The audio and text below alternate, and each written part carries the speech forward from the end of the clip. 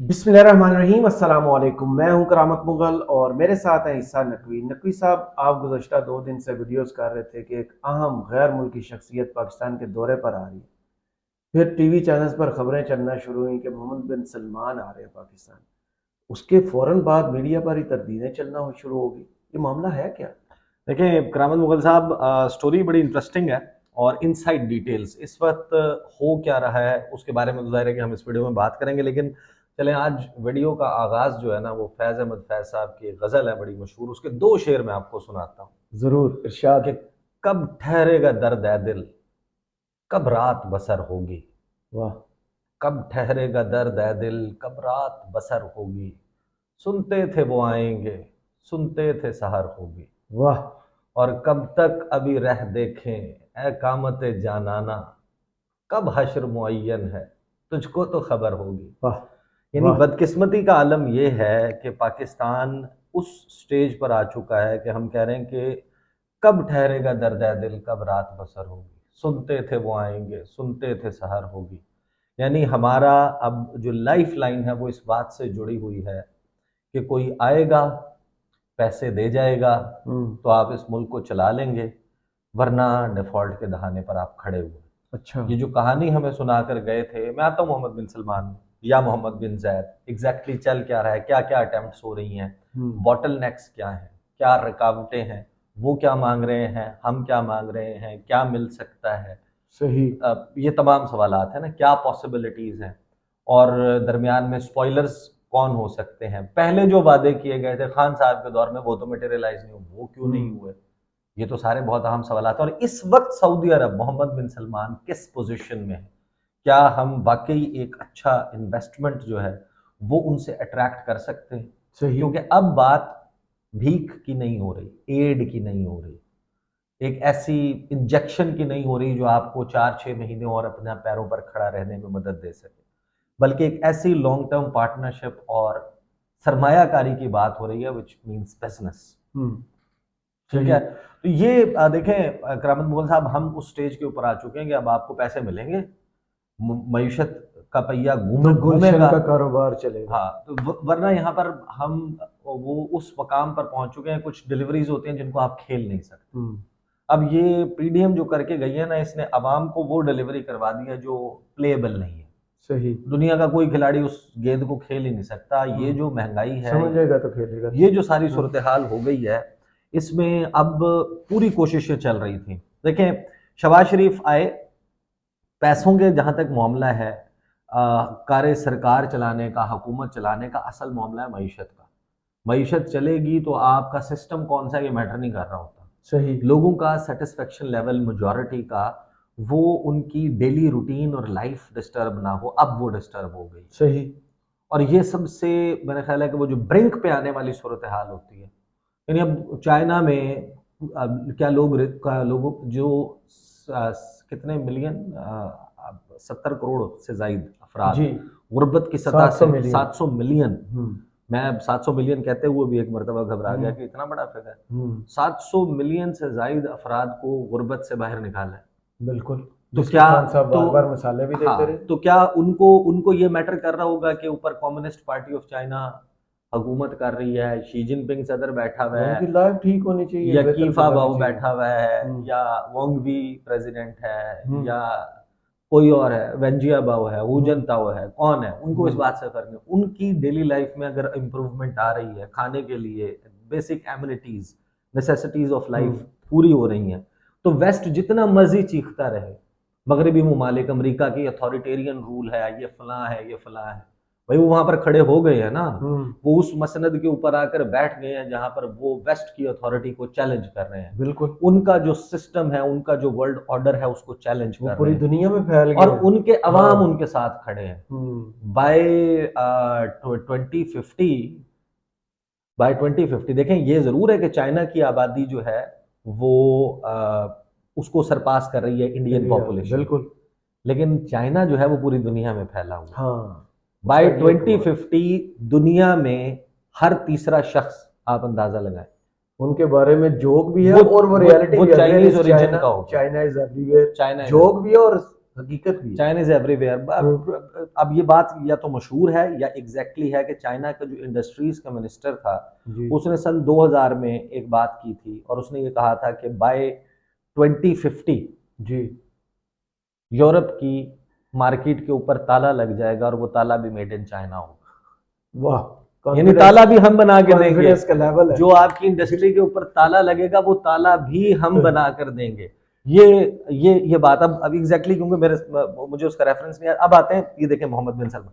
अभी इस वक्त आपका प्रॉब्लम ये है कि कोई आ जाए और पैसे दे दे। मेरी इंफॉर्मेशन ये थी कि आप ज्यादा जो जोर लगा रहे हैं इन्हीं दो ममालिक के ऊपर लगा रहे हैं, सऊदी अरब और मुत्तहिदा अरब अमारात। जो आर्मी चीफ हैं उनकी भी ज्यादा, जिसे कहते हैं कि अलैक सलैक सर्व वहां पे किया हुआ है गल्फ ममालिक में, उनके साथ उनकी पेनिट्रेशन थोड़ी सी ज़्यादा है, एक्सेस ज़्यादा है, बात उनको कायल करना। और वैसे भी आपके यहाँ अब सिस्टम ही ऐसा है, मैं हूँ इसके खिलाफ, आई डोंट लाइक दिस, कि आपकी जो मिलिट्री है उसको ये करना पड़े या कर रही हो, उस पोजीशन में हो कि जाए जनाब पैसे लेके आए, सरमायाकारी लेके आए।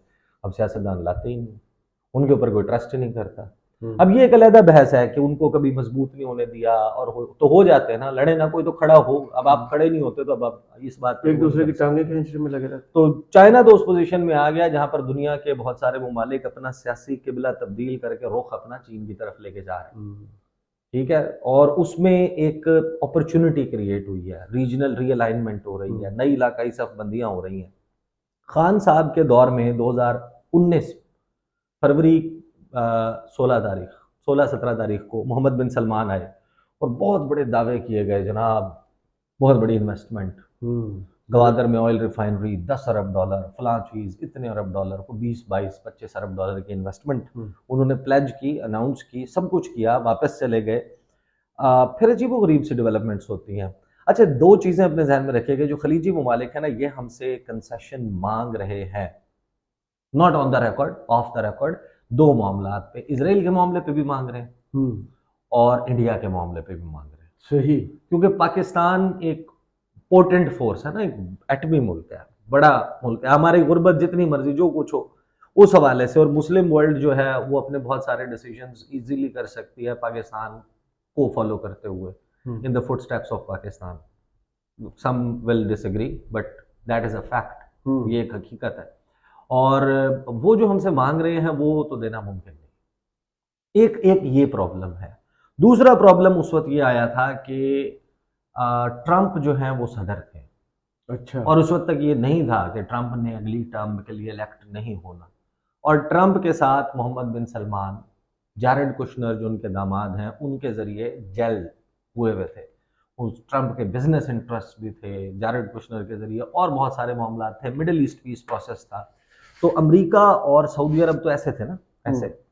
और चीन के हवाले से क्या उनकी अमेरिका की पॉलिसी थी और है, उस वजह से चाइना को बहुत कंसर्न था कि सी पैक के सर के ऊपर सऊदीज और उन दे वर नॉट कंफर्टेबल समहाउ। ये हमें जो लोग अंदर गुफ्तगू चलती है वो बताते हैं कि अमेरिका बैठा होगा, इसका मतलब ये है सी पैक के सर पे, और ये क्या एग्जैक्टली वो बनेगी।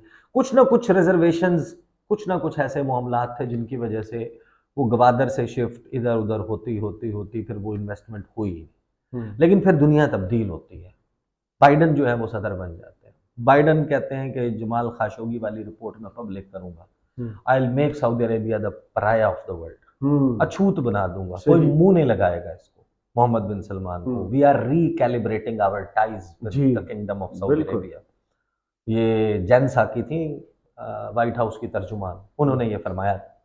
अब Mohammed bin Salman is the reality in Saudi Arabia. उसने अनाउंस भाई, उसने न्योम सिटी का प्रोजेक्ट 500 अरब dollar, vision 2030 trillions of dollars, Saudi मईशत को तेल से उठाकर नॉर्मल उसके ऊपर शिफ्ट करने का 2020-30 का जो विजन है। 500 अरब डॉलर का तो एशियन गेम्स का बजट है दुनिया में, आप अंदाजा लें कितना बड़ा बजट है। उन्होंने अपनी, ठीक है जनाब, वहां से बाइडन से अमेरिका से वो हुई कि उनके लिए पराया है सऊदी वली अहद crown prince Mohammed bin Salman, he went on ties Russia के साथ, चाइना के साथ, चीनी सदर का भी दौरा हो गया, पेट्रोल अपनी मर्जी से ऊपर ऊपर नीचे नीचे करते हो गए, हैं, बिल्कुल। और वो डब्बा उठा के सदर बाइडेन पहुंच जाता है, वो मुक्के पे मुक्का मार के उससे मिल भी रहा होता है, उसी मोहम्मद बिन सलमान से, जिसको ट्रंप ने कहा था कि इज क्रॉलिंग, जी। क्रॉल कर रहा है, घुटनियों के बल घिसट हाँ। रहा है उसके सामने, भीख मांग रहा है कि तेल की प्रोडक्शन बढ़ा दे हाँ, ताकि बिल्कुल ऐसे ही है। रूस को फायदा ना हो। अब ये जो अपॉर्चुनिटी क्रिएट हुई है ना, इसमें पाकिस्तान भी ऑब्वियसली सऊदी अरेबिया अपनी इस 2030 के विजन के लिए, नियोम, इन तमाम मामलात के लिए इन्वेस्टमेंट पार्टनर्स भी ढूंढ रहा है और अपनी कोलेशन को उसको बढ़ा रहा है। इसमें बहुत इंपॉर्टेंट फैक्टर है कि ईरान का भी पैचअप करवाया, किस हद तक ले गया, बीजिंग में। चाइना ने करवाया, जी। वो भी, उसको भी चाइना ने थ्रू करवाया। अब ब्रिक्स का मेंबर भी बना रहे हैं। अब इस सारे सूरत हाल से हम क्या फायदा उठा सकते थे और क्या हुआ? 16 महीने शहबाज शरीफ, बिलावल भुट्टो जरदारी एड़ी चोटी का जोर लगाए। आप अंदाजा लगाएं, इनके दावे इतने बड़े बड़े हैं, द मैक्सिमम दे गॉट। आप ये 13 जमातों की मैं बात कर रहा हूँ। इसलिए इस बात को, ये जो आपने अदम इस्तेहकाम क्रिएट किया ना, ये रिजीम चेंज ऑपरेशन, ये बड़ा भारी पड़ा है पाकिस्तान को। 16 महीने एड़ी चोटी का जोर लगाने के बाद, दरबारों में फर्शी सलाम ठोकने के बाद, रेंगने के बाद, घुटनों पे बैठने के बाद, गिड़गिड़ाने के बाद, इल्तिजाएं करने के बाद, फरियाद करने के बाद, the biggest visit we got was Chinese number 4, vice prime minister of China, सदर शी जिनपिंग, तीन उनके उसके बड़े मीडिया हाउसेस से पहले प्रेसिडेंट का विजिट चलवाया गया।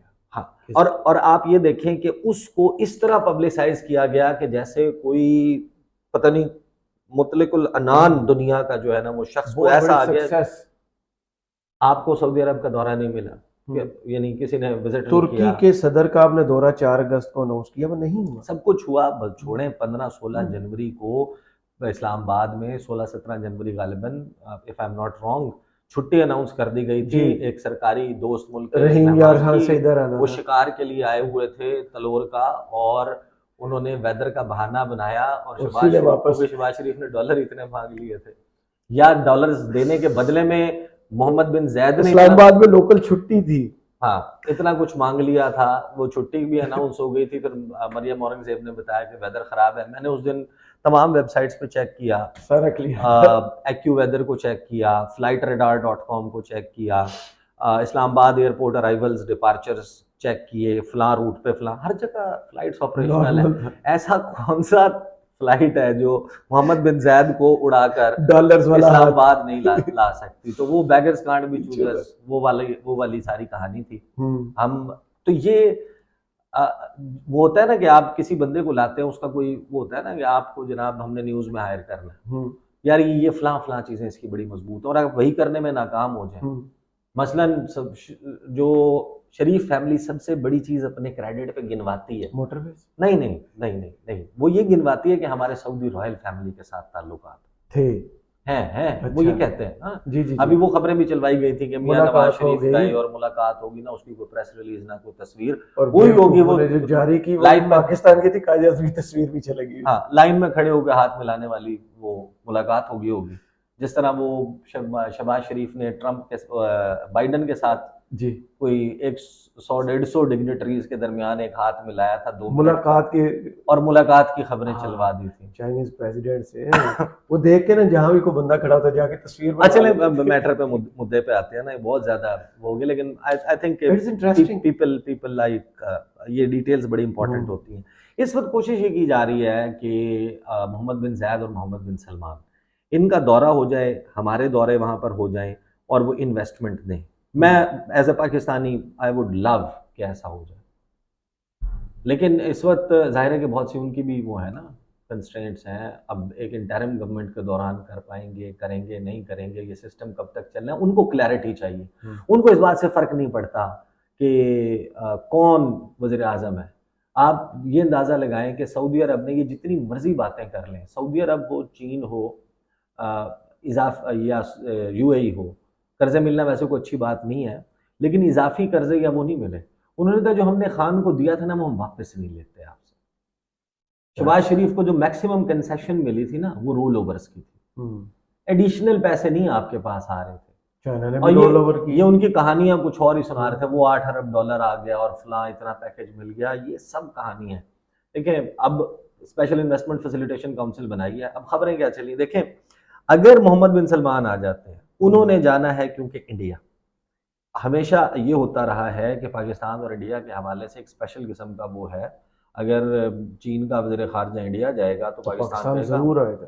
इसी तरह इंडिया को प्रॉब्लम होता है जब सरगई लावरोव जी, पाकिस्तान और इंडिया ने 2000 2020 2020 2021 2021 के अप्रैल में जी वो इंडिया का इंडिया से पाकिस्तान लैंड कर लिया।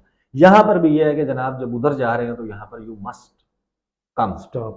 तो अब कोशिश ये चल रही थी वो भी आ जाए, वो भी आ जाए, हो जाए, अल्लाह करे ये मामला हो जाए। मोहम्मद बिन सलमान के हवाले से खबर ये चली कि 4 से 6 घंटे का क़याम करेंगे ऑनवर्ड। एक्चुअली उन्होंने इंडिया जाना है, वहाँ पर G20 सरबराही इजलास है, उसमें शिरकत के लिए मोहम्मद बिन सलमान ने जाना था। यहाँ पर वो आ जाते हैं जब जाहिर है कि जब शाही ख़ानदान टॉप बंदा, यानी practically the king of Saudi Arabia, de facto ruler वही हैं, सारे फैसले वो आएंगे तो आगे उन्होंने अनाउंसमेंट करनी है। मैंने उनसे पूछा, ब्रिगेडियर हारिस नवाज वजीर दाखिला है निगरान सिंध के, उन्होंने कहा 22 से 25 अरब डॉलर, बड़ा बड़ा नंबर है, बड़ा बहुत, इतनी तो हमारी एक्सपोर्ट्स नहीं। 22 से 25 अरब डॉलर का आपको इन्वेस्टमेंट पैकेज ओवरऑल, गवादर में ऑयल रिफाइनरी होगी, कोई रेकोडेक का में स्टेक्स होंगे, कुछ जो है वो ज़राअत के प्रोजेक्ट्स होंगे, कुछ दीगर प्रोजेक्ट्स होंगे, मिला के कुल मिला के ये बन सकता है, ये प्रोबेबिलिटी है।